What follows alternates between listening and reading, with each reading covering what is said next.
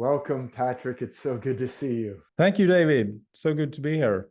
But I mean, we are so far away now. It feels a bit strange. You are sitting and talking to me in the afternoon, and I'm sitting in Australia, and I'm sitting here in Sweden in the morning. Yeah, not only that, but you're sitting there talking to me near midsummer, and it's the very shortest day in the midwinter here. Actually, you mentioned midsummer just as an observance in Sweden. Can you just briefly say, are there any kind of family gatherings that happen around midsummer, the solstice? Yes, I would say, Midsummer Eve or Midsommarafton, as it's called in Sweden, or Midsommar. It's one of the oldest festivities in the Nordic countries. And we have some strange, I mean, that other countries would see strange traditions. We have a bar that we put leaves and flowers on, and there's two rings on the bar. It's like a cross and has two rings, and we make rings of leaves and flowers and put on our heads. Like Francisco flowers in the hair. I didn't know that at all. That's very interesting. I always get a little bit, not annoyed, but I see on the internet, whenever I look up what's the exact moment of solstice, it says, oh, this is the start of summer, but really it's the highest point of the sun. So it's the midsummer, and you still call it midsummer. And of course, Shakespeare's Midsummer Night's Dream is talking about the solstice. But in the US kind of general internet, they say, oh, here we have the start of the summer. But it's not really the start of the summer. It's the highest point. Now the sun is starting to go down towards the south again, which for the northern hemisphere means days are getting shorter. But and the ancient myths, of course, use that framework of the year. So those are extremely important days. And then the midwinter, that's corresponds to the Yule. Julen, Christmas. And Christmas is actually typically June 21st and December 21st are the solstices. It slips around because of the calendar and the number of days. But if December 21st is the lowest point, why is December 24th, the midnight of the 24th, the time that Christmas Eve and Christmas is celebrated? It's because that 3 day. I think I know. I think I know the answer to that question, and maybe it's you learned because I've watched it. But it is because on the December 24th is the first time you can actually notice that the days are getting longer. It's 24th to 23rd. You can't. It's the same, but on 24th you can. Is that correct? Yes, that's what I agree with you, and it's kind of a 3 day pause that happens at the solstices. So the sun in its and this leads us right into discussing the Tychos a little bit, but the sun in its relationship, in its dance with the earth, when it comes, the solstice is when our North Pole is pointing most directly towards the sun or most directly away from the sun. Midsummer, the North Pole is pointing most directly, South Pole most directly away. So it's midwinter here. When that Earth-Sun dance gets to the solstices, there's a pause. The change in the latitude of the rising pauses, whereas at equinox, it's moving pretty fast along the horizon. And so it's like a pause at the solstices, which is why the word solstice, solstitial, means like a station. The sun is at the station. It's like a train pausing at the station. And so that 3 day pause, you can really discern it starts again down towards the south after midsummer.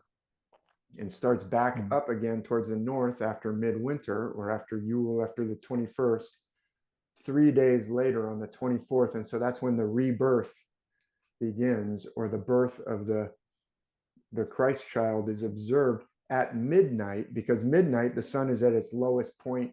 If we're standing on the earth at midnight, the sun is down beneath our feet. So midnight is kind of the birth from out of the, you know, the very depths of the year. And in the some other myths, Mithras, he's born out of a rock. So there are some gods who are born out of a rock or out of, you know, a cave, because the sun is under the earth. Anyway, not to get go ahead.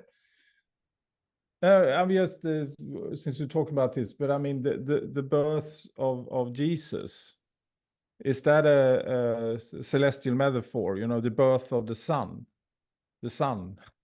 Yeah. So do you think?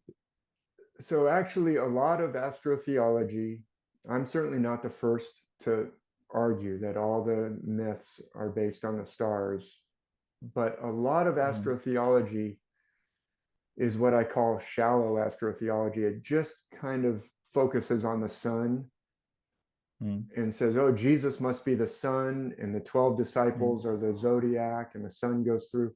But really, the constellations play a very big role in the myths. And Jesus is associated with specific constellations, Ophiuchus, sometimes Aquarius. So I hesitate to say, oh, Jesus is the sun. That's kind of a truism or a cliche that people kind of have. I see what you mean, but I mean, it's more in this complex story, yes. I mean, in this story, the birth of Christ at the winter solstice. Then because I mean, you know, there can be different celestial metaphors in different stories. And I also find it so interesting, you know, about the Tychos model that I'm sure we're going to talk about a little bit, because I mean, and there is also this theory that I find very interesting that's called stellar metamorphosis, and it says that Earth is an old dying star, and if you look kind of in a cycle in our solar system, then I think you have a good reason to argue or speculate that, I mean, the sun was formed around Earth, you know, when Earth was a star. So you could argue that the sun is our solar the sun is the sun of Earth. Do you see what I'm saying? It was born from and it's so interesting that you mean in some myth, you know, it was born out of a rock. Well, Earth is a rock. You know, very interesting. That is very interesting, Patrik. We will get into the Tychos in just one second, but I will say you're right. The observance. So the observances, the traditional, like you said, midsummer is a very old observance in the Nordic countries, and those patterns, the actual biblical scriptures don't say, well, it was December and Mary was getting ready to have a baby. They don't say when. Those observances are based on these rhythms of the year. The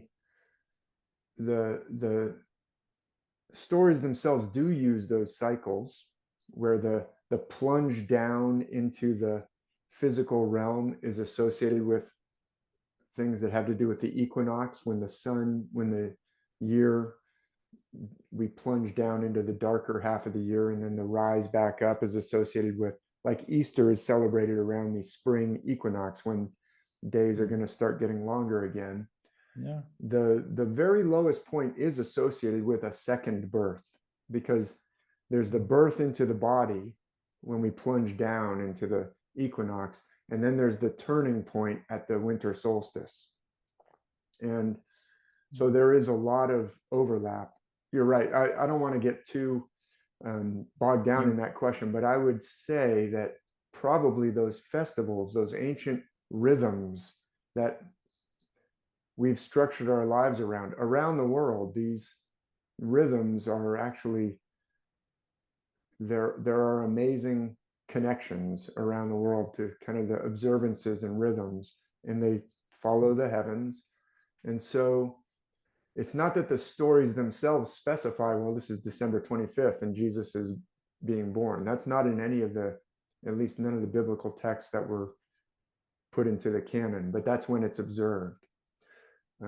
So you're right. And but now let's get into the Tychos, because you said stellar metamorphosis. What? What? How interesting. Yeah. and I'll just say, I find that very interesting as well. And what, you know, Simon talks about it in the second edition, you know, at some length. And so we'll get into the Tychos, but the idea that stars eventually collapse down, you know, from big bright stars down into brown dwarfs, like Jupiter might be a brown dwarf, Saturn might be they're on the verge, they're big and gaseous. I actually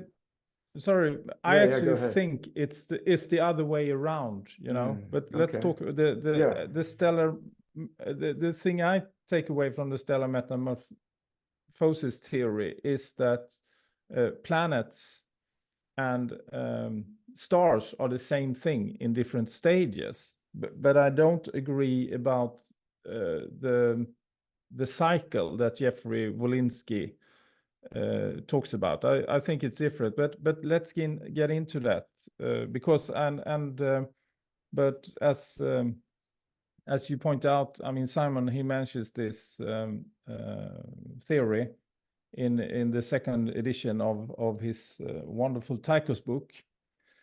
And I really think, you know, this theory makes so much sense in the context of the Tychos model.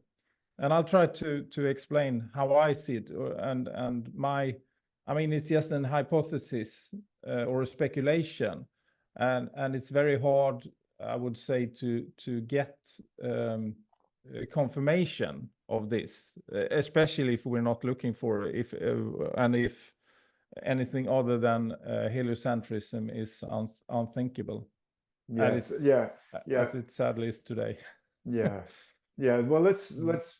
we'll slow down, because getting into stellar metamorphosis is kind of advanced Tychos, if you will.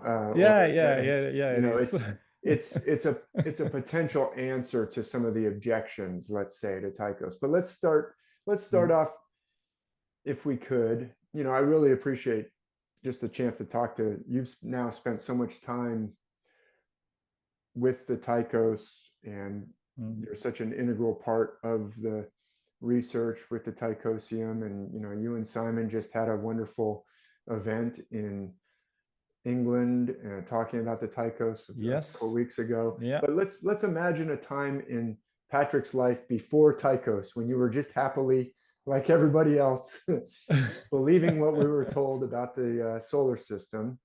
And how did you, we don't have to spend, you know, an hour talking about it. We'll get into the implications, but I am interested, what piqued your interest out of all the things you could dive into? How did this become such a big part of your research and your life, and what was it that really grabbed you about it? I mean, I'll take it from the beginning. I mean, but short, but brief. I started to be able to questioning what I would describe as my religion, and I mean, when I say religion, I mean dogmatic religion. I have no problem with religion and faith, you know, but it can be problematic when it's a dogmatic religion, when you cannot question things that contradict reason and observations.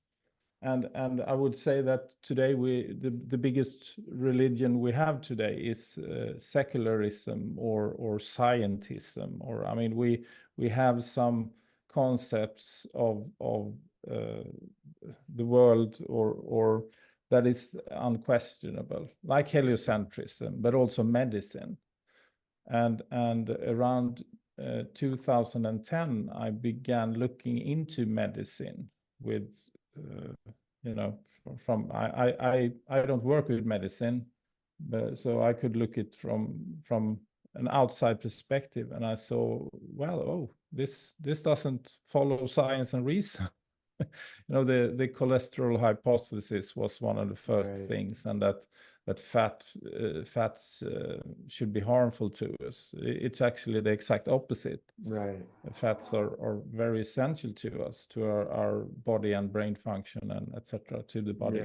Yeah. I read a book actually by I think it was a Swedish author who wrote a book called "Fat and Cholesterol Are Good for You." I forget his name actually. It doesn't. I'm sorry to interrupt your flow, but yes, the same thing. Yeah, I've read the same book, and I've lost his name as well, and he should be remembered because he did something very tough at the time. I mean, he was a medical professional. He was I don't know the English word docent, like next to professor in medicine, and he wrote this book. I forgot his name, but he did this in the 90s.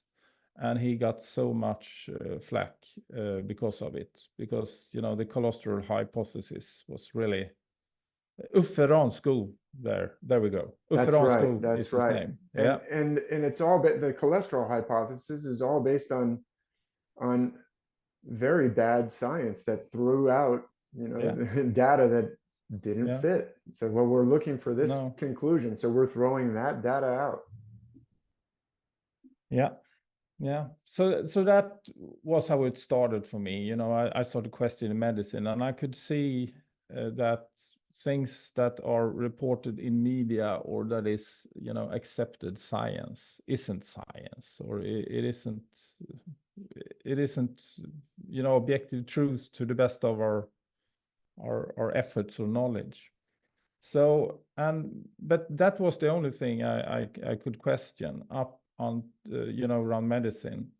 But then in 2016, I started talking with a college at the work I was working at then, and we could, compare our notes around medicine and see that, they had problems. But then he started talking about media deceptions and 9/11. And I thought he was a bit crazy. How could that be anything other than what's reported in global news? But he talked about some videos, and I started looking at them, and I could see that he was right. And that really sent me off, as the REM song, I lost my religion at that moment. And it was a very strange feeling. Very disorienting. It was very disorienting for me. I remember feeling sick to my stomach when I saw some of those early videos, because I had been in the US Army at the time of 9/11.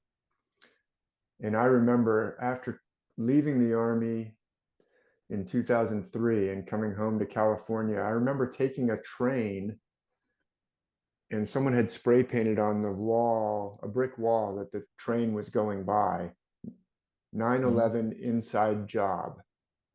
And I remember thinking, who wrote that? Who could be so foul as to write something like that? Who could be such a, what a disgusting, just offensive thing to say. And yet later on, of course, now we're 22, 23, almost 23 years later. If you don't, if you still believe the official story, then you just have not looked. So sorry to interrupt, but I agree. That one is very disconcerting. Especially for Americans, I think, but also I think the moon landings, not to jump ahead, that one is even harder for Americans. There's Americans who will accept 9/11 being something other than the government story, who, if you talk about the moon landings, will get very defensive, very offended, or very sneering, or very put you down, very insulting to you if you try and challenge that one. So sorry to interrupt your flow. So you started with the cholesterol theory and started to pull on the string. Then it went to 9/11, and when I realized that, it's like you do some analogies with popular culture sometimes, David, and I would do that as well in movies and stuff. And I read a book when I was younger that is called, The Hitchhiker's Guide to the Galaxy. Yeah, I did too. Douglas Adams. Yeah. Yeah, I love that book, and it got some profound, esoteric truth in it as well, or I would say, at least for me. Yeah. And one thing he talks about is, or my takeaway from it is that you could say what you are able to know is determined by the questions you are able to ask. And if you can't ask the right question, the answer will of course be meaningless to you, because you cannot ask the question. And in the book, it's the answer to life and everything is 42. But I mean, it makes no sense because we can't ask the relevant question. And it's the same here, I would say, because if we can't ask certain questions, like, could global media be enormous propaganda machine? Then we can never get an answer to it. But this, my realization that 9/11 wasn't what it was portrayed to be, started my ability to ask these kinds of questions. And as you brought up, the next question was the moon landings. I went there quite quickly. It took me a long time to get to that one, Patrik. Go ahead. And so, I started questioning 9/11, and I started questioning the moon landing. I started questioning atomic weapons, actually, as well at that moment. And but what happens then naturally is when these questions come up, you want to find relevant and reasonable answer to them, and that eventually led me to Simon Scheck's work. Did you find it through Clues Forum, or? I did find it through Clues Forum, but I didn't look at much into it because, I mean, we are so overwhelmed with things, theories and stuff that we want to look at. I didn't start to look into it deeply before I met a guy called whose name is Martin Emander, and he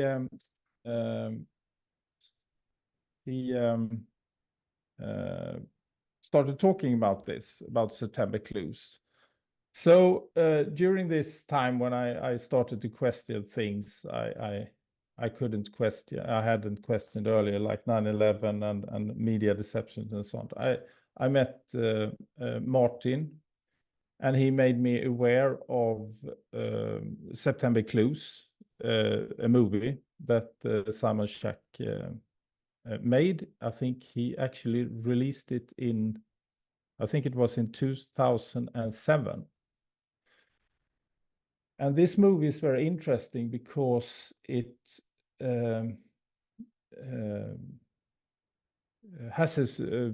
it shows us a theory of 9/11 that I hadn't encountered before, and that it was let's speak, a complete media deception, except of course they brought down the towers, but the Twin Towers were since long evacuated, and it was just like blowing up a casino in Las Vegas, and they did it behind a smoke screen.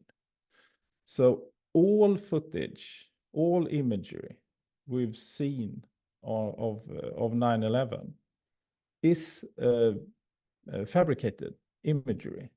It's been made in Hollywood and made to look like amateur footage and etc.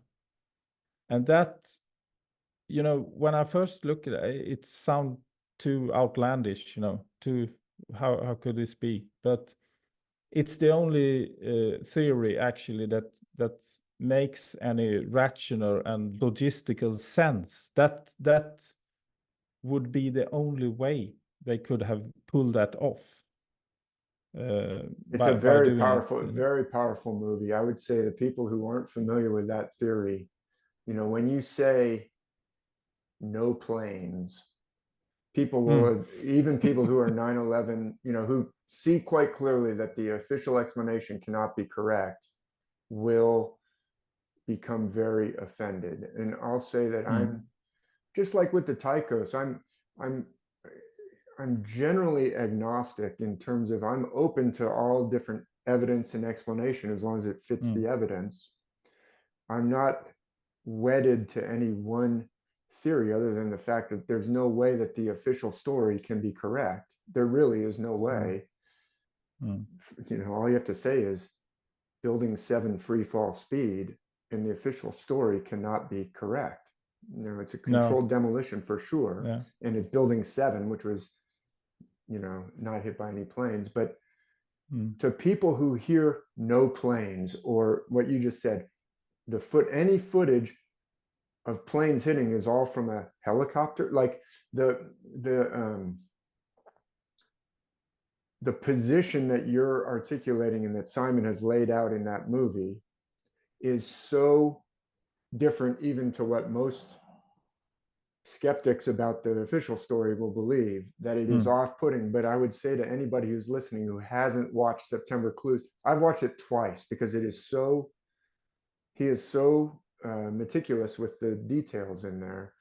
It's quite a lot to take in, but if you watch it all the way through, then you will understand why that theory is a very high likelihood. And just from my background of being in the military, I know about smoke generators. Okay. And when he showed some of those pictures and said, this is smoke generators, this looks like smoke generators, I said, well, that's actually very compelling to me. And the cell phone radiuses was covered, you know, cut off, and there's just a lot of evidence in that movie that's presented that it's hard to do justice. If you haven't watched the movie, you may be just recoiling at what, you know, what you're saying. I would you gotta watch it. I would really recommend that movie, because I mean it's tough information, it's a tough thing to take in, but it's a very well made documentary with excellent music. I would call it the best and most important documentary ever made, kind of. It has very little, it actually has no commentary, no speaker voice. It's just text all the times, and it shows these irregularities and contradictions in the imagery, and makes his point that way. But anyway, moving on. So I realized this 9/11 was a hoax, and then naturally you try to find the best, so to speak, the best answer to that question. And the best answer to 9/11, the question of 9/11, was September Clues to me. So I got very intrigued, and I started to look into more of Simon Schacht's work, and he has also looked at the moon landings, but he takes it, so to speak, to another level there as well, because he has also investigated the International Space Station, satellites, whether we can actually send remote controlled cars to other planets, etc. And that doesn't make much sense either, actually. So I had great respect for him, and actually me and Martin, who I became friends with them, asked him to come over to Sweden and do a presentation of 9/11, which he did. And it was great. But when Simon came over and we met for the first time and became friends, he gave me a USB stick and said, "Here is a draft of my book, and it's about a new solar system model." And I just went, "Oh, what?" Now he's talking about again. I mean, now it's gone too far. I remember somebody saying, "You should take a look at this, and no, we're not flat earthers, and no, it's not geocentrism." And I said, because I pushed back the same way. I said, "Come on, I don't have time for that." No, exactly. Yeah, go ahead. Exit. Yeah, but then again, as Douglas Adams put it, what you can know is determined about the questions you're able to ask, and eventually, and that was because of my respect for Simon's other work.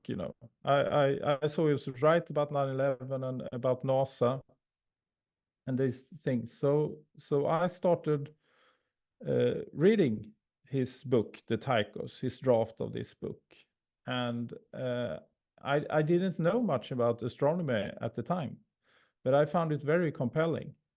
This really has something. Yeah, he makes a case here, and he talks about Tycho Brahe and 16th and 17th century astronomy, which I've never looked into or knew anything about, and how the discussions were back then, because then we were going out of the Aristotelian or the Ptolemaic system, and something new was on the way. And actually, as I've realized later on, I mean, the Tychonic model was made by Tycho Brahe, was actually accepted mainstream science, so to speak, for 100 years. I mean, yeah, from it was the Tychonic system was recognized or adapted by the Catholic Church. I think it was 1610, and then it was replaced by the heliocentric model sometime in the 18th century. So it's very interesting, and we don't really look into that history. It's kind of, to me, it's treated as if, well, yeah, they were stumbling around, but now we've got it, and so that's almost like an issue that it's a dead issue. I mean, they finally figured it out. So what's it's like the Earth is the Earth being a sphere. It's kind of a non-question anymore, except to this. Let's not get into flat Earth, but which is ridiculous. You and I both agree it's a psyop. But why do we even have to debate about that? Those are 1600s and 1500s questions. We're so far beyond that. But it can't be that the fact that it was accepted for 100 years is what made it compelling to you. So was there some, I mean, I think there was probably some piece of data. Was it Mars? Was it parallax? What was it that intrigued you to say, wait a minute, there's something here? What do you think is the strongest bits, or at first? Yeah. Well, the thing was here in the beginning, in 2017, when this happened, when I read Simon's draft.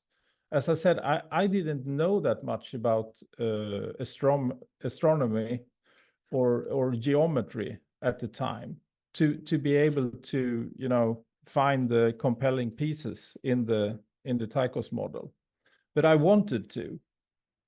So, and since I'm a programmer, a developer, I offered to help Simon doing computer simulations of his system. And my thought at the time was actually that if we start working with this, we will eventually stumble onto something that don't work geometrically in this system, you know, because you set out to wasn't, disprove it, or you were skeptical yeah, at first. I was. So then we started to do the first version of Tychosium, which we call this simulation of the Tychos model. The computer simulation of the Tychos model is the Tychosium. So we started to doing simple 2D simulations. And the first thing was the Mars retrogrades. And I did, you know, the program, and Simon, he changed the parameters, the speeds, and etc. And pretty quickly we got the Mars retrogrades. And Simon showed me a book from the 17th century, Kepler's book, Astronomia Nova, where you have a picture of Mars retrogrades. And what we did in the simulations, there were, you know, mirror images. And when I saw that, you know, I got the goosebumps. Wow. I really, okay, we're onto something here. Yeah. So it was matching up with actual observations of Mars, which, you know, somebody, it wasn't me, it might have been Matt Kay, who came out from the US to England for this. You know, I know him as well. He might be the one who told me, or maybe it was, I'm probably not giving credit to whoever said it, but they said the best way to explain or introduce the Tychos to someone is to say very simply and very, very correctly that we cannot explain Mars's behavior under the Kepler system. As you and Simon know, my first video, you know, it's related to my work, but my work of interpreting the myths and the stars, it doesn't really matter how the planets do what they do. It's just the fact that the planets and stars, if the myths are based on the stars, what makes the stars and heavenly motions do what they do is an interesting question, but it's the actual machinery, the gears, how the gears are arranged doesn't really change what I'm doing. But of course, I'm interested in the celestial mechanics. And if I'm saying the celestial mechanics wrong, I want to know about it. Well, if you can't explain what Mars does, the synodic periods of Mars do this very strange pattern of 700 days. And then they do on the 8th one, they do a 500 day. That is just inexplicable. And I showed in my YouTube video, because to me, that was also such a big deal. The Tychos arrangement explains it perfectly. Kepler's arrangement, you simply cannot explain it. And as we know, I don't want to steal your thunder, but Kepler had to fudge his data about that very thing. Exactly. Yeah. He had to fudge his data. So what's going on? But it's very interesting that was also kind of the confirmatory or the hair-raising moment for you. Yeah, it was.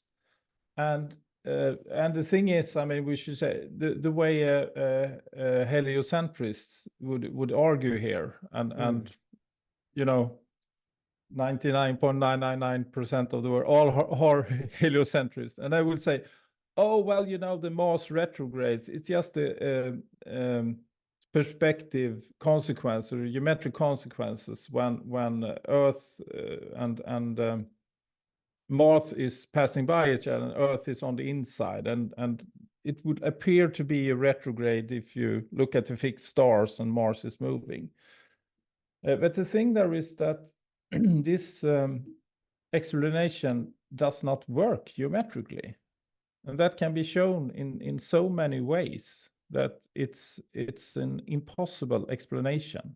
You know, the heliocentric explanation for the retrogrades does not work geometrically. And also, as you pointed out,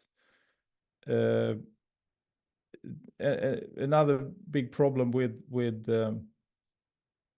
Mars is that it has irregular retrogrades or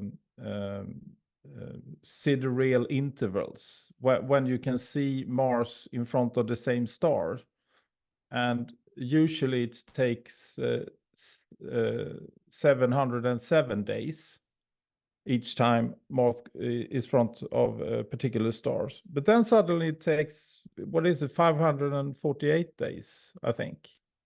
So it's irregular. And that makes mayhem in a heliocentric model. That is, I said synodic, but you're right. It's sidereal was the word I was looking for. And you know, it strikes me as we're talking about this, there's lots of evidence for people to look at about Tychos. That what's really intriguing to me is, I think, to frame this whole conversation as we continue with your journey with the Tychos, is what you said about dogmatic things you can't question. That's what we're really, I think, this conversation, you know, is about the things that we're not allowed to question and the implications of that, because it's good that we brought up 9/11 and September clues. I actually remember a tweet by someone who actually became a very large personality on kind of the American right, but it's someone who grew up in my hometown, and I don't know him well, but a good friend of mine knows his brother well, and he tweeted at one point, anyone who questions 9/11 is just un-American. Like, that's the thing you cannot question. He tweeted that. Later, I went back to look for it and couldn't find that tweet because I wanted to take a screenshot of it. It's the things you're not allowed to question and the implications of them. And what do you do when you start to see evidence that the narrative that you're being told is false? And it is so hard to accept the idea that you could be there could be actually malicious intent of, you know, looking. It's not just a mistake. If this Mars problem, if Kepler is fudging the data, it's more than a mistake that so many hundreds of years later, we're still just so wedded to the Kepler model that you cannot question it. So I'm not trying to derail our conversation. I'm trying to say this is actually the heart of, this is the heart of it. You're talking about, you know, we all have these things we're not allowed to question, and that's not very scientific. And yet there are so many in this day and age. And so when you found things that you weren't allowed to question not adding up, it led you to this point. And so I'll let you continue with your story. So that was and I'm sorry for interrupting, but to me, it's just so significant that you cannot explain those erratic sidereal periods. It has nothing to do with the apparent retrograde, you know, that they call it the apparent retrograde, but lining up with a specific star, that is impossible to explain. And we'll leave people to go check out the actual data in the Tychos book. And I've made a video where I really show it, but you in your Tychosium have made it visible for people. And when you first saw that, that was an eye opener for you, that arrangement sorts out the problem, is what, am I correct in saying that? It started me to made me understand that this makes so much more, or I mean, what it made me understand is, I mean, the way science works, or at least should work, is that if you have a hypothesis or a theory and you find one valid disproof of it, one thing that can disprove it, that's it. Then you have to discard the hypothesis or theory or change it. So, I mean, one thing is enough. And so when you look at the theory or hypothesis theory model, every relevant observation or experiment you carry out cannot disprove the model or theory, because then it isn't valid. And here you have one thing, Mars. So I mean, you can't just go on, carry. Oh well, we have Mars, but we have all these other things that support it. No, it doesn't work that way. Yeah. And when you get the right explanation, all those things will fall into place, presumably. Sorry, go ahead. Yeah.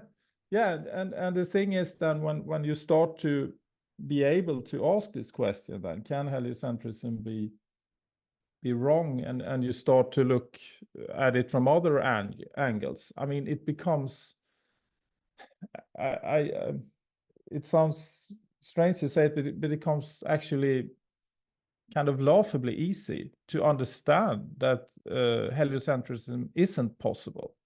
I mean, we can just start with this thing. I mean, if this is Earth, it's a green box, and this is the sun. And if the Earth should orbit the sun, we have to move 300 million kilometers every 6 months like this, from side to side, without being able to detect this significant motion in the stars. I mean, we can very clearly see that we are rotating, because the stars are changing during the night. But this motion that is occurring during the year, and every 6 months we are displayed this huge amount, we can see it in the stars. We can see no difference with our naked eye.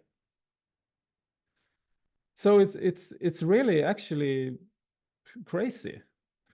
So and that's also the reason I would say that up until the 17th century, no one suggested this, that we could be able to move around the sun like this, and that the solar system was configured in this way. No one suggested that.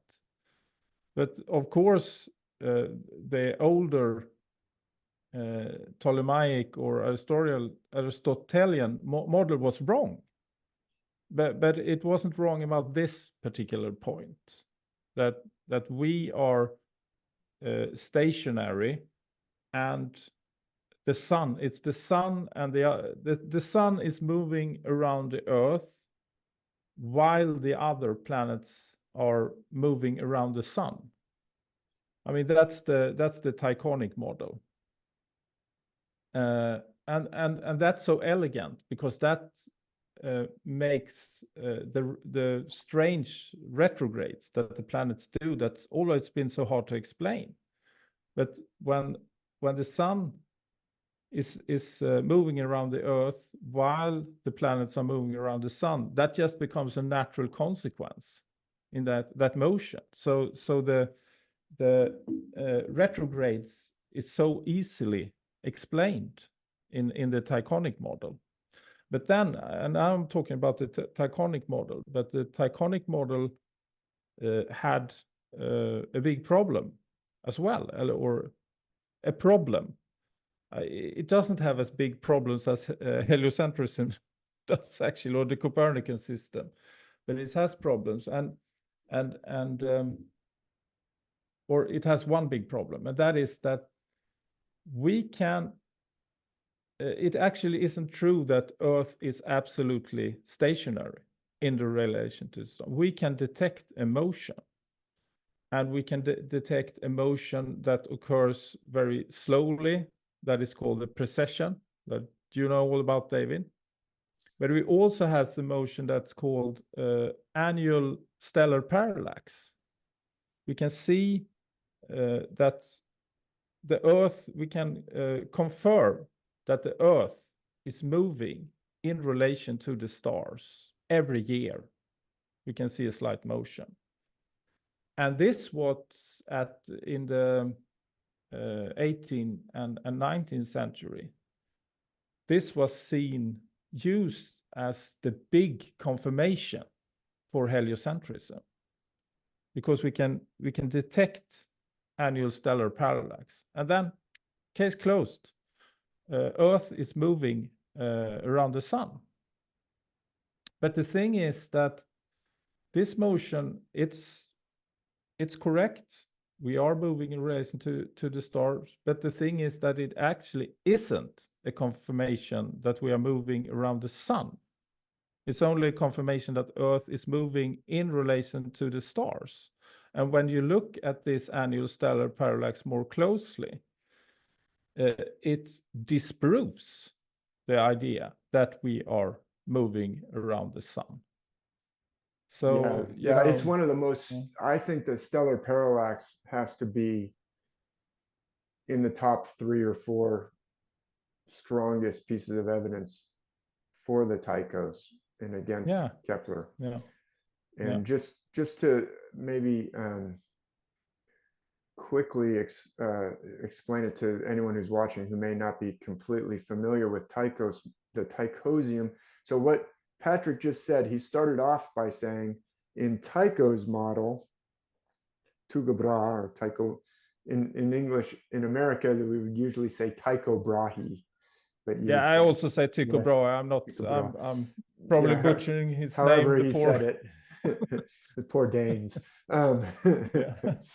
But you don't believe that Earth is stationary and the sun is going around the Earth, but we are proposing this possibility that the Earth is not hurtling around the sun at this incredible speed and covering this incredible distance each year and being displaced on either side of the sun each year, but rather there's this Earth-Sun dance, and actually it's a Sun-Mars dance, a binary dance with Earth kind of trapped in the middle, and yet Earth in this backwash of the hurricane, so to speak, or in kind of the eye of the hurricane, making this kind of slow motion. It is moving, but slowly, and we can detect that motion by stellar parallax, which is simply like 2 objects out the car window.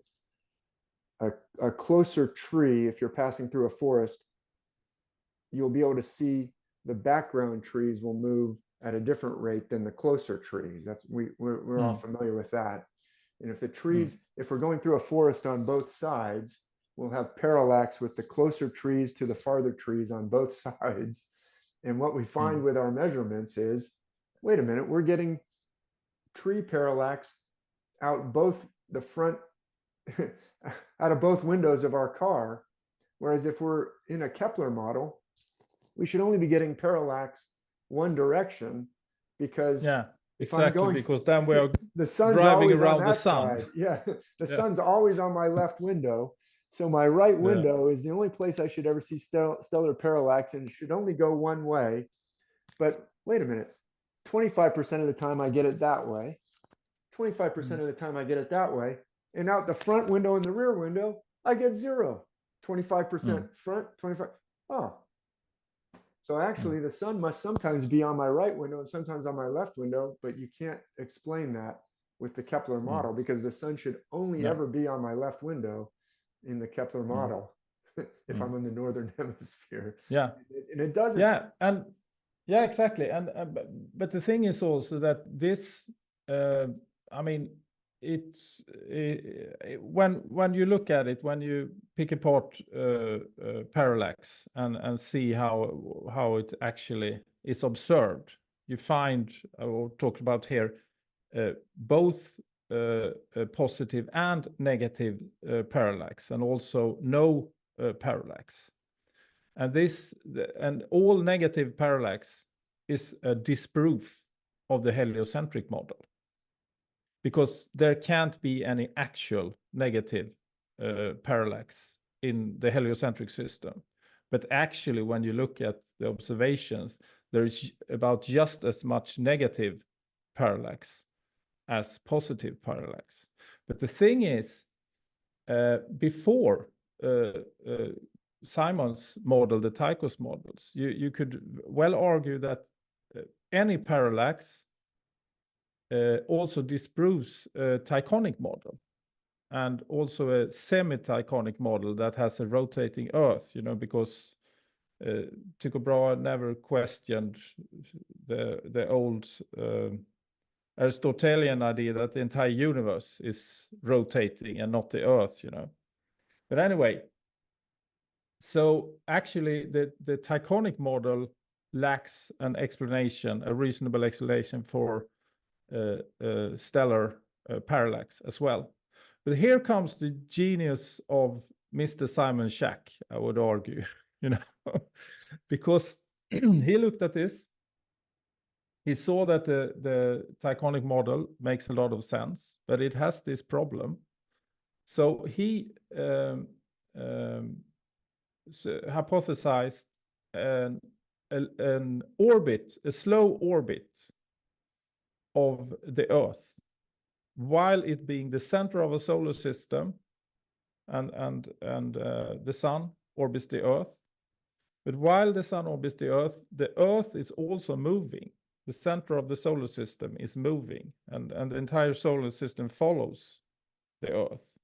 So it moves very slowly in an orbit of its own that Simon has named the PVP orbit. And that is because it's a motion where our North Star, it's Polaris, but in 10,000 years or so, our North Star will shift and be Vega instead.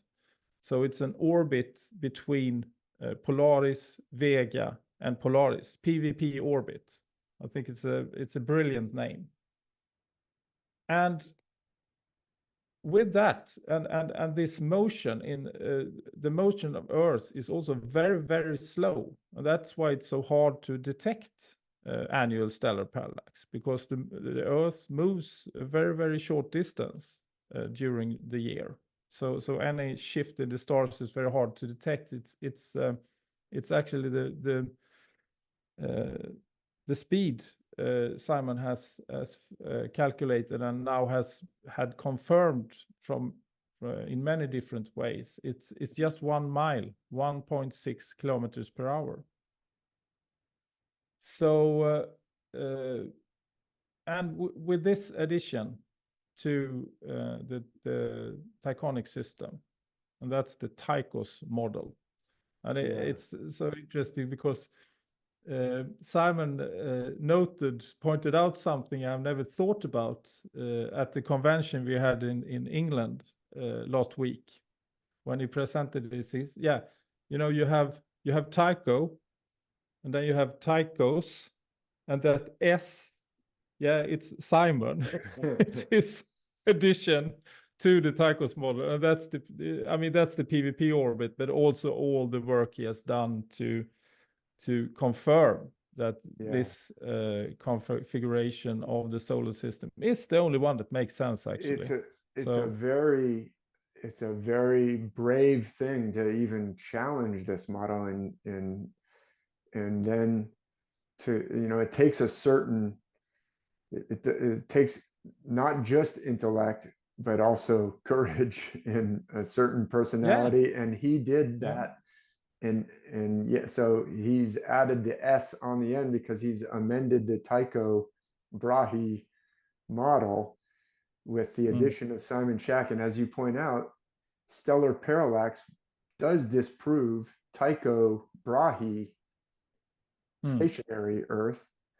But when we add what Simon has brought, in addition to all the, you and Simon have now added so much data in the Tychosium and all the formulas in that second edition are so formidable.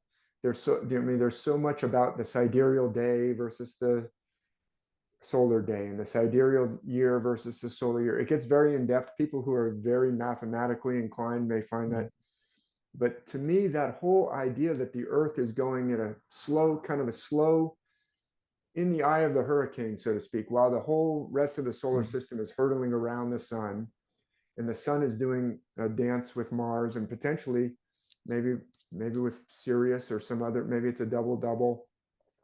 Not to get too, like I said, people should go check out read it slowly and carefully and watch other videos.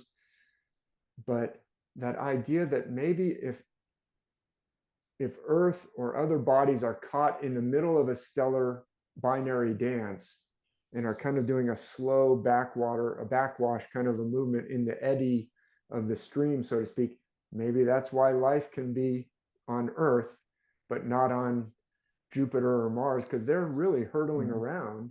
Yeah. They're really hurtling around, and we're in that magical spot in the middle where we're tugged along,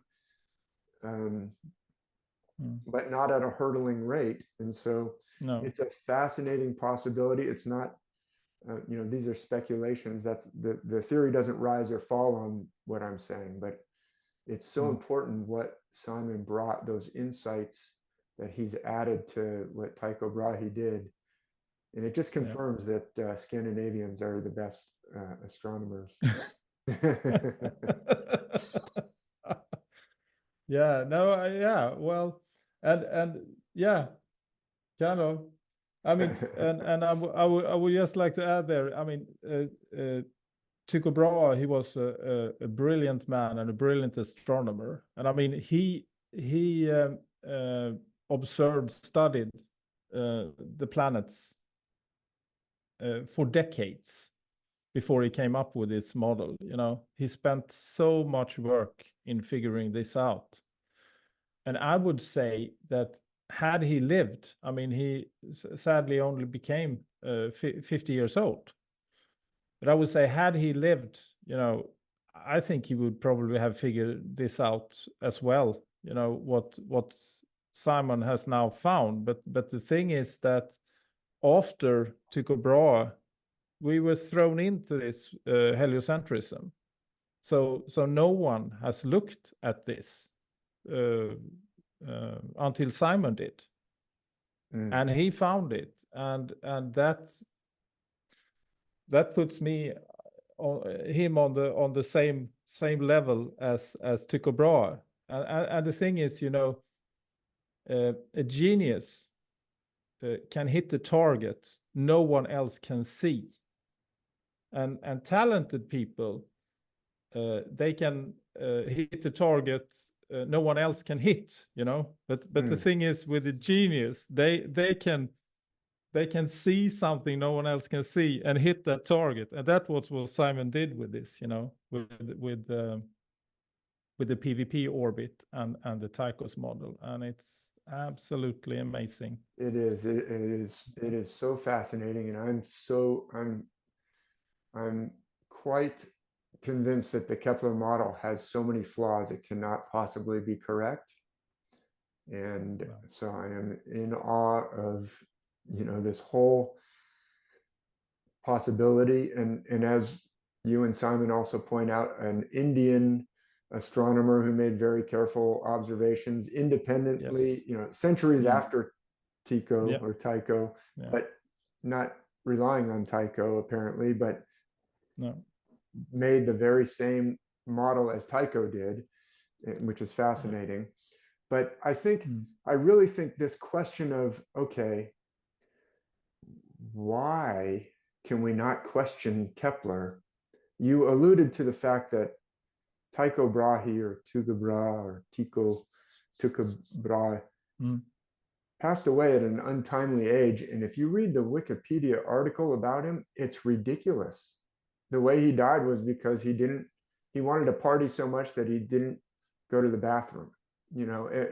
It's suspicious. And then the fact that his understudy, his assistant Kepler, took all of Tycho's notes and then launched his own explanation, fudging the data about Mars, And yet the whole world then glommed onto Kepler or elevated Kepler. I mean, it's kind of like these people like Bill Gates or Steve Jobs, or there's this pattern of kind of wonder kids who they don't finish college, and all of a sudden they're in charge of something that takes over the world. Maybe that's not the best example to bring up. Maybe I should leave those guys out. But Kepler suddenly becomes the poster child, and then we can't question his theory anymore. And that's, to me, it's quite strange. What, leaving aside conspiracies about what might have happened to Tycho Brahe himself, why would a theory that has so many problems be unquestionable, is what I'm trying to drive at. What are the implications of this question? Is it, I know you've thought a lot about it, actually, and that's I would frame it this way, David. I mean, if we look back into history with the perspective you have today, I mean, if you look back into the Middle Ages, we look at it with, befuddlement, or we think it's amusing. I mean, how could people believe the things they did back then? How could they, believe they believed in unicorns, noblemen bought unicorns. They're not real? Unicorn horns. No, I don't think so. Sorry, go ahead. Yeah. But it was a narwhal tooth, and you can buy indulgence letters from the church, and that would protect you from disease, etc. I mean, they believed in very strange things back then, and Catholicism. I mean, again, I have no problem with religion, but when religion overrules reason, then we have a problem. A dogmatic religion. And I mean, we are all agree that the Catholicism back then was a very dogmatic religion, and it had its saints and all these things, right? And the thing is that I would say the same system, the same thing has been created today. And we have the saints. Again, it's everybody knows them. It's Kepler, it's Galileo, it's Newton, it's Einstein, and a few more. We have Hoax now, and it's a religion. It's a dogmatic religion, and this religion actually defies reason and actual science. But to say that today, to say a thing that it's very too easy to argue that the Big Bang is a creation story that has just as much or as little scientific support as the Genesis. I mean, it can't be interpreted literally, because then it has no support, actually, and that's another story. But anyway, we live in a dogmatic religion today, but to question it's heresy. It is. If you questioned the Catholic Church in the 16th century, you were a heretic, you were a brute, a horrible person. And it's the same today, but today it's instead called a conspiracy theorist or a science denier. Right. But it's the same, it's history repeating. and you said something before we started recording that it was really crucial and central. I think what I'm hoping, will be kind of the linchpin for this whole thing is, you said, we human beings, men and women, children, have this superpower, imagination. We can We can use our minds to think about things, to entertain possibilities, to say what will happen if this, what will happen if that. It gives us tremendous capability, but as you also said, I'm rephrasing it, and correct me or add anything to what you said, it can also trap us. We can live in an illusion, or we can be we can actually have our possibilities limited by what we believe wrongly. We can trap ourselves in an illusion, or we can limit our possibilities. We can actually not see things because of the paradigm or the framework that we've imposed on our belief system, and that can actually limit what can happen, or like you put it, with it can limit the questions we can ask. Yeah, that's right. And you can actually find, I would argue, quotes in the Bible that refers to this and cautions about this. There's some thing about you shouldn't have any graven images, or you shouldn't worship any graven images. And I think it talks about that because, I mean, as I said, we have this amazing ability, humans, to reason around abstract things. And that's a fantastic ability, and that's the reason we have the civilization and electricity and everything. We have figured so much things out because of this capability of abstract thinking.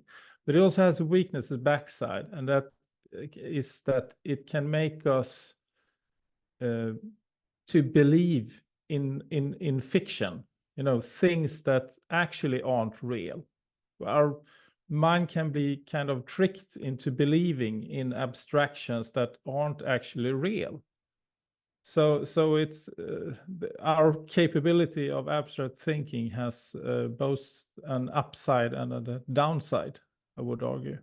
So yeah. And what do you think let's just for a moment entertain this idea, using our superpower of imagination, that someone is deliberately foisting Kepler's model on the world and making it unquestionable. Let's just imagine, if you will, a secret cabal, the Kepler cabal. All they, the secret society of Keplerian hoaxers, because they know that Kepler is false, but and in their meetings, they laugh at everybody who's believing Kepler.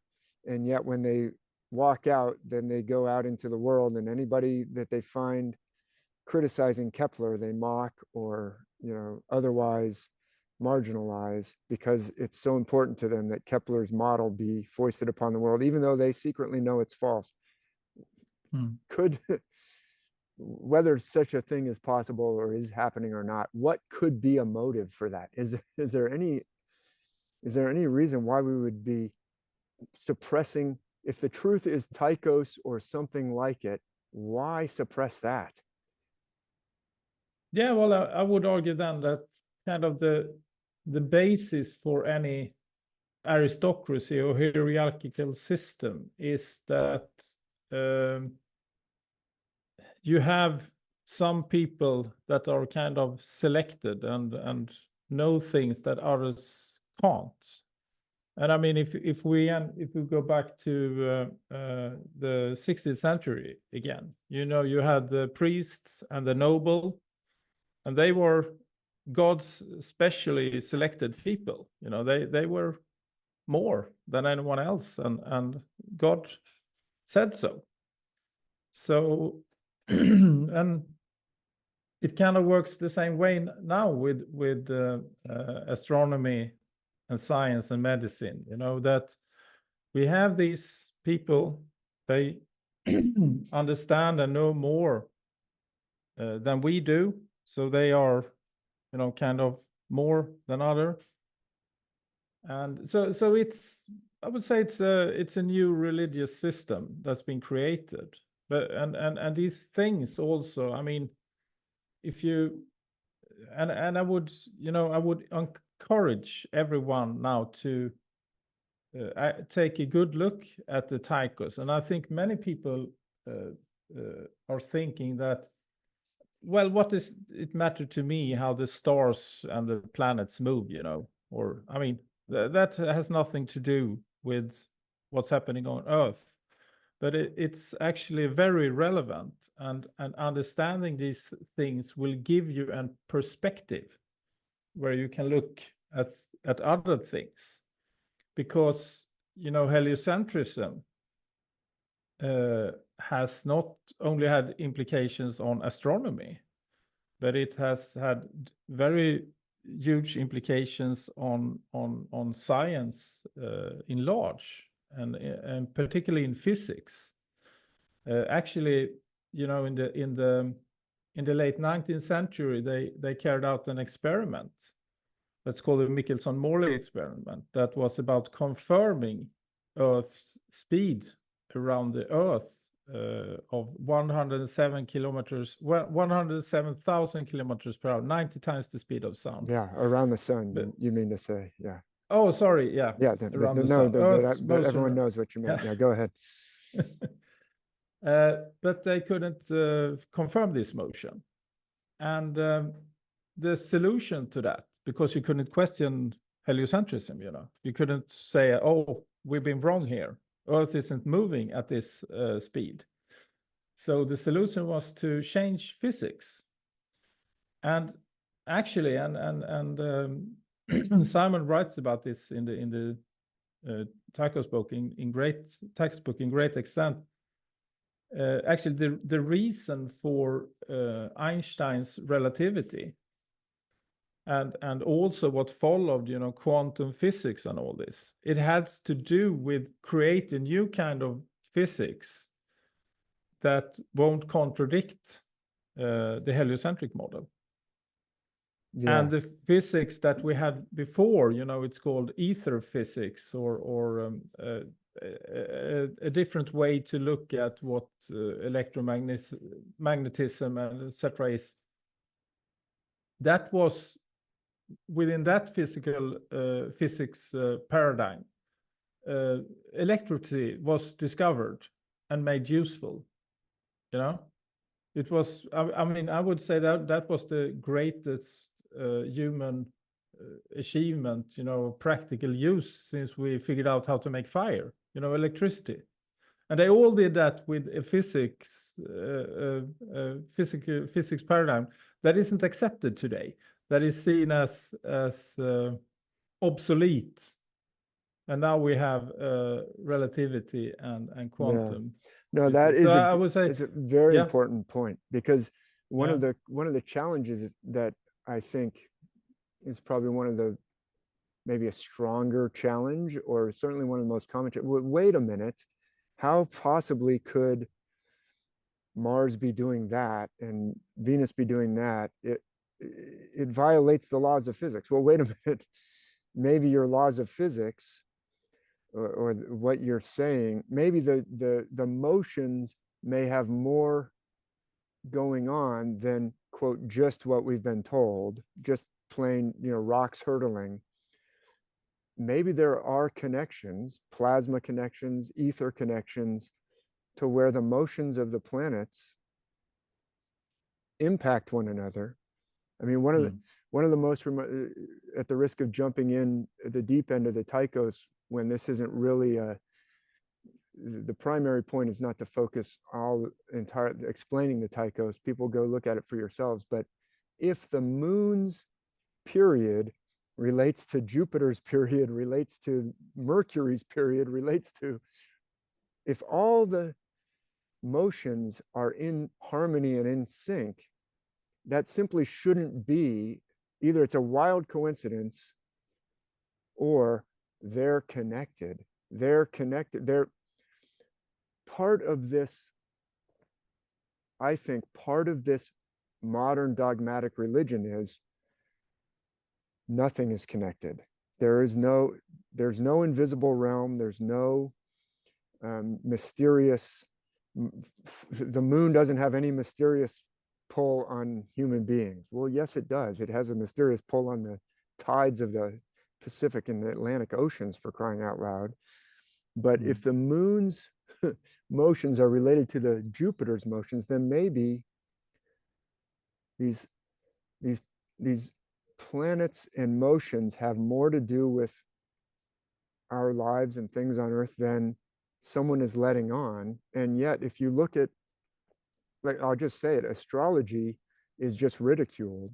And yet, if you look at the timing of things like 9/11, as I have done, they all have, they all seem to be chosen with astrological alignments of, oh, Jupiter is aligned here with, there's a square of Jupiter and, you know, another, these squares that were, I wrote a blog post where the RCA company, the radio communications company in the 30s, was showing that telegram and telegraph, you know, transmissions across the Atlantic seem to be affected by the positioning of the planets. And I said, whoa, that's weird. How come nobody's ever heard of that? And then these kind of suspicious events seem to be timed almost as if somebody knows, well, you know, maybe the impact isn't tremendous, but if it gives it a little nudge in our direction, let's take it. Let's use those. In other words, we're taught dogmatically nothing is connected. It's all coincidence if you see those things lining up, but maybe they are connected. And I'll just, so the solar system model may have tremendous implications, because if it's moving by forces other than, quote, just Newtonian forces, maybe there's more things in our physics than we have imagined, to paraphrase what Shakespeare says, you know. There's more things in this universe than you've imagined, Horatio. Exactly. And going back, you know, to what I said about the importance of being able to ask questions. You know, one thing that usually trips people up when questioning heliocentrism is what you said now. But what about Newton? What about gravity? What about Newtonian celestial mechanics? Well, I mean, we need to sort things out here. I mean, gravity is a physical fact. We know that things dropped, so you can't question gravity. But what you can question is that, is it really so that depending on how large an object, a celestial object is, and how it moves, we can determine its mass? I mean, that is what Newton argues. If an object is this and that big, and it moves in a certain way, well, then it has this mass, this gravitational pull. And the thing is, when you apply Newtonian celestial mechanics, especially to other star systems and galaxies, you run into severe problems. And that is also one thing that Simon points out in the Tychos book. I mean, and this is official accepted science, but it's very absurd that, you know, our closest or our biggest, strongest star in the sky, Sirius, it was discovered I think it was in the 20th century, actually, so late, or maybe in the 19th century. It was discovered that Sirius is a binary system. So it has a small binary companion. But according to Newtonian celestial mechanics, Sirius B is supposed to have a mass about 400,000 times that of Earth. You know, it's a small object, but it needs to have a density and thus a gravity 400,000 times that of Earth. And I would argue that is an absurd assumption, because, you know, we can't confirm that in any way. And also, you know, the problem with applying Newtonian and also, I mean, Einsteinian mechanics because he amended some to Newtonian celestial mechanics. When you apply it to further away objects, galaxies and stuff, they run into problems as well. And that's the thing with the reason for black holes and dark matter. They need so much mass to make this mathematics work, so they assume, oh, there's a black thing. Well, let's imagine that this black thing has an enormous gravitational pull, and then that motion will work, or there is a lot of matter there that we cannot see, but it has to be there because otherwise our mathematics won't pan out, Yeah, So, it really, this is kind of the heart of what I wanted to explore a little bit today, because it forces, it's like it forces us to see things. Our beliefs force us to see things that might not be there and keep us from seeing things that might be right in front of our face, because we just can't, we can't believe it. And now it connected a little bit to my work, because I recently did a video about the Narmer palette, which is, very first king of Egypt, and showing that this Narmer palette is using this celestial system that is also worldwide. And I said, this destroys the conventional history. And some people said, no, it doesn't. You're doing a straw man argument, because nobody argues that Egypt came out of nowhere. Well, yes, they actually do argue that. I mean, maybe I'm oversimplifying the case for effect, but nobody argues that there was an advanced, nobody in conventional academia will admit the possibility of an advanced civilization prior to ancient Egypt, prior to ancient Sumer. And yet the evidence that I'm pointing out in the star myths and the ancient artwork that lines up with the stars and these conventions that are worldwide shows that there must be a predecessor.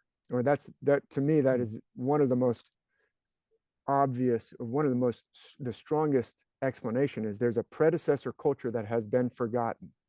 And to drive the point home, I was just watching a conventional Egyptologist, Ksenia and I were watching a video of a conventional Egyptologist talking about the Sphinx and addressing and saying, now some people have been arguing that the Sphinx has this water erosion on it, and therefore blah blah blah, there must be, must be more ancient. And he said, well, that's impossible. They're wrong. He said flat out, they're wrong. And look, this is a likable, this person loves ancient Egypt, who's this speaker that I'm now critiquing. He clearly loves ancient Egypt. He's made it his life's work. He's an Egyptologist. He's not a unlikable person, but he says they're wrong. And the reason they're wrong is, I just told you, it was just villages up and down the Nile. It was, in other words, believe it because I say so. He doesn't address, well, what about the fact that it looks like it's water erosion? He doesn't even address that. He just says it cannot be, because the paradigm is, it was not civilization, it was just villages, which means not much division of labor. It's just villages, farming villages. So it could not have been made.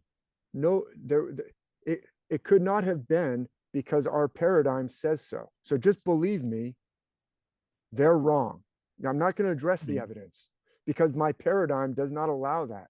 In other words, my paradigm prevents me from even seeing and considering the evidence. He didn't do any actual examination of the evidence whatsoever, other than to just basically ridicule anyone who questions that the Sphinx could be older than what the conventional paradigm says it is. So our paradigms keep us from seeing, and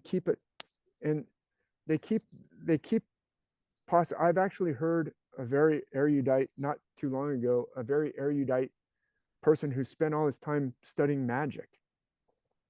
I'm not really into studying magic, but he says what you believe and don't believe does limit what can and cannot happen.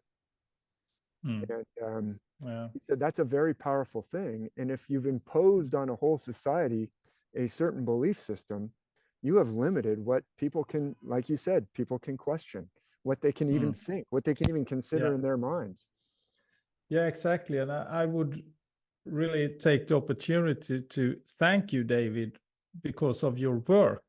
And I read a book of yours that's called Myths and Trauma. And that had a profound impact on me, because you not only, you talk about stars and how they are connected to ancient myths, but also you bring in a psychological aspect and how our minds work. And as you argue, and I agree, I mean, we become traumatized from a very, very early age, and are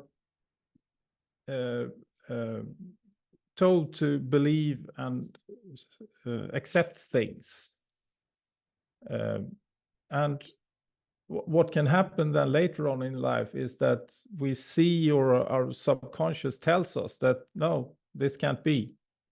But the other part of ourselves just pushes those things back, oh, this is don't be stupid. Don't question that. And that creates dissonance and problems for us, real psychological problems. It separates from it divides us internally and separates us from ourselves. And I appreciate what you've said, and I appreciate also how you said, when I first asked the question, why would somebody deny the possibility of a Tychos arrangement if the real arrangement is something like that? Why would they push Kepler when it has so many problems? And you went immediately to the point of, well, in an elitist, or in a society where a small quote elite group is trying to say, we have the answers, don't question us, we are ordained by God. The castles all around Europe were there because the nobles were imposing an oppressive system on the majority. They had to sleep in castles because the people would have risen up against them. But in addition to the military, the nobles had the horses, the nobles had the swords, the nobles had the armor, but still they didn't have the numbers. In addition to the weapons, there was the mind control system that you've alluded to. The king or the nobles are better than you. Don't question your betters. They're appointed by God. Don't go against the divine order. So to even challenge, let's say, man to man in a fight with a noble, if you've got the idea, this is God's, your arm will not have as much strength as it might have, because those doubts are saying that person is better, that person is ordained. It is actually a system of, like the elephant who's chained to the weak chain that won't withstand the elephant's strength, but the elephant's mind doesn't think it can break it. If you're trying to impose a wrong system on people, the use of trauma to weaken your enemy, I mean, I think it's very hard for people to believe that there could be a system of deliberate inflicting of trauma, and yet we see it around the world. You mentioned the Catholic Church. I agree with that. Traumatizing on purpose little kids. That's not just a one-off. It's not random. It's systematic. Yeah, and it's so tragic. I mean, because of this example with the Egyptologist, he's passionate about his work. He loves Egypt. He's an honest, decent man or woman. But because of this, his or her worldview, some questions cannot be asked. Some doors cannot be opened. We cannot think about maybe. I mean, oh, look, here's water erosion. What if? No. We can't go there.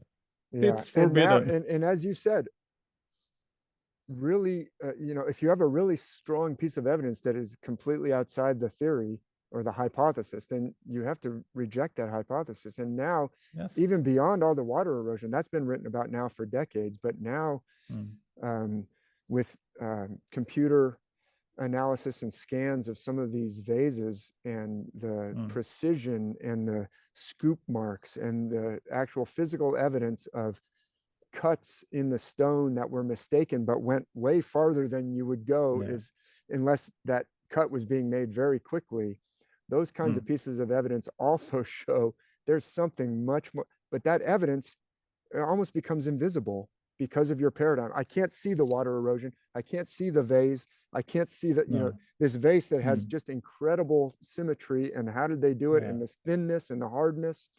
There are now analysts who are showing this evidence that completely blows apart the conventional history, and yet it's almost invisible if you can't see it. Yeah, and I must tell you, David, I discovered another thing. I don't have the name of the researcher now, but you know, when you start looking into these things and how history is depicted, I mean, the conventional model is just falling apart in every, you know, in every corner. And I found out something the other day when I listened to a podcast, and there was a guy who had found lenses, you know, a lot of lenses in ancient, you know, archaeology. And he argued they were both used for, you know, like glasses or magnifying glasses as we use them today. And they were also used as telescopes. So, I mean, the days of Galileo was probably not the first days of telescopes. But again, you know, these lenses, they can be found in museums all over the world, but they are written off as jewelry, you know, decorative things. But you see that they are lenses. Fascinating. Well, that but yeah, I'll dig that up and send to you because I mean it relates so to your work and what ancient knew about the heavens, and I think they knew a lot. Yeah. Yeah. Well, I appreciate this whole conversation, Patrik. I do think we should probably wrap it up here, but you know, I'll just say it's early morning where you are, as everyone can see from the video. The sun has gone down where I am. Yeah. That has an impact on us. Take that, flat earthers. Yeah, take that, flat earthers. So you can't explain even the simplest things that you can see, like the upside down Orion. I still haven't had anybody. I've put this out, you know, as a challenge, and I still haven't heard a valid flat Earth even attempt to explain it. But what I was going to say, without even bringing in the flat Earth, is the motions of the heavens have an impact on our bodies. We sleep. We want to sleep when it's dark. You know, where you are, it's time for drinking coffee, but nobody wants to drink coffee at 10 at night because they're going to go to sleep because it's dark. The motions of the moon have an impact on us. The motions of the sun and the earth do have an impact on us. These daily cycles, sleep and rest and everything else, tides, monthly cycles, annual cycles, they have an impact on us. So the Tychos model, or the gears of heaven, how they're arranged, we should be wanting to have an accurate explanation. If they're being moved, or if there are forces at work other than, quote, just Newtonian with Einstein, you know, additions, we should want to know that, because it impacts us. It does impact us. Yeah. But the bigger question that we've been talking about is this: how belief systems can trap us. Having the, you know, when I said you had to be really brave to fight a noble back in the days when everyone believed that nobles were more invincible than commoners, or, you know, elitism. Some people are better than others. I think that's false. I think the ancient myths actually teach against elitism and oligarchy, but you had to get out of your paradigm to even be strong enough to challenge it. What you and Simon, you know, Simon is he's someone who has challenged, he's gone up against, oh, don't question those astronomers. They know more than you. They're specialists. This whole thing about specialists can usher in a horrendous world if we let them. Yeah. Yeah. And it's all framed in a beautiful Danish folk story, The Emperor's New Clothes. Yes. I think everyone should read that, because that's what it's about. Weekly. Everyone should read it every week or every month. It's so true. And the Pied Piper and all that ancient wisdom, that folk wisdom that's passed down to the people, the wisdom of the people. So I thank you so much, Patrik, for what you and Simon are doing. I thank you for this time that we've had to, this won't be the we'll talk more. This won't be the end of the conversation because we've touched on some really important subjects. I thank you so much for this time. Yeah, and thank you, David. And I'll have a good morning here, and you'll have a good night in Australia. Very good. And thank you, everyone, for listening. Let's continue the conversation in the future. Cheers to you and your family, Patrik. Same to you, David. Pleasure.